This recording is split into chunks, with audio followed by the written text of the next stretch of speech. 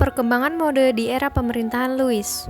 Pada masa pemerintahan Louis XIV yang berlangsung pada 1643 sampai 1715, mode di Prancis mengalami perubahan besar yang mencerminkan kekuasaan dan prestise kerajaan Versailles. Louis XIV yang dijuluki Raja Matahari tidak hanya memimpin dengan kekuasaan absolut, tetapi juga menjadi trendsetter dalam fashion. Di Versailles, ia menciptakan lingkungan yang menekankan kemewahan dan keindahan yang kemudian menjadi standar Eropa. Louis XIV menyadari bahwa pakaian adalah simbol status sosial dan kekuasaan, sehingga ia mengatur siapa yang boleh mengenakan pakaian tertentu dengan warna dan gaya yang mencerminkan kedudukan sosial. Lebih jauh lagi, Louis XIV mengendalikan pasar mode Eropa dengan menetapkan aturan yang memaksa bangsawan untuk membeli bahan pakaian hanya dari Prancis. Hal ini menguntungkan industri tekstil Prancis yang semakin mendominasi pasar internasional.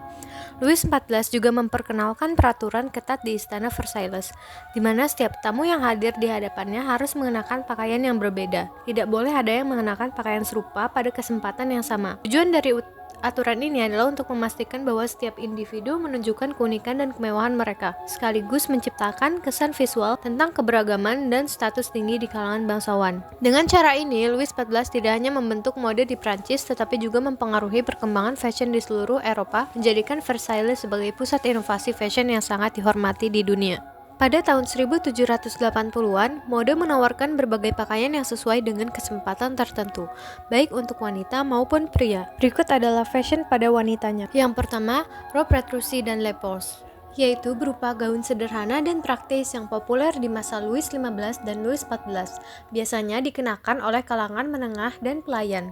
Yang kedua ada robe à la polonaise, yaitu gaun mewah dengan bodi satu potong dan rok ganda memberikan tampilan anggun dan formal dikenakan pada acara resmi atau sosial di masa Louis XIV. Yang ketiga ada robe à la Lifite, yaitu gaun sederhana dan lurus dengan lipatan di bagian belakang mirip dengan pakaian santai yang dikenakan wanita di rumah.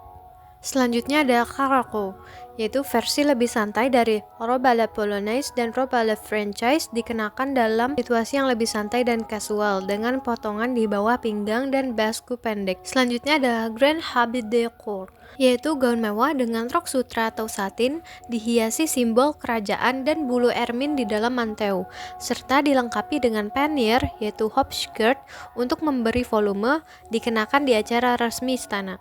Selanjutnya ada robe nouvelle, yaitu gaun yang dikenakan di ruang pribadi terbuat dari bahan ringan seperti katun atau sutra putih, sangat populer di kalangan wanita kelas atas pada akhir abad ke-18. Pakaian pria. Yang pertama ada habit à la française, yaitu pakaian formal yang dikenakan oleh pria di istana, terdiri dari jas, justo corps, dan celana panjang, cocok untuk acara resmi di court.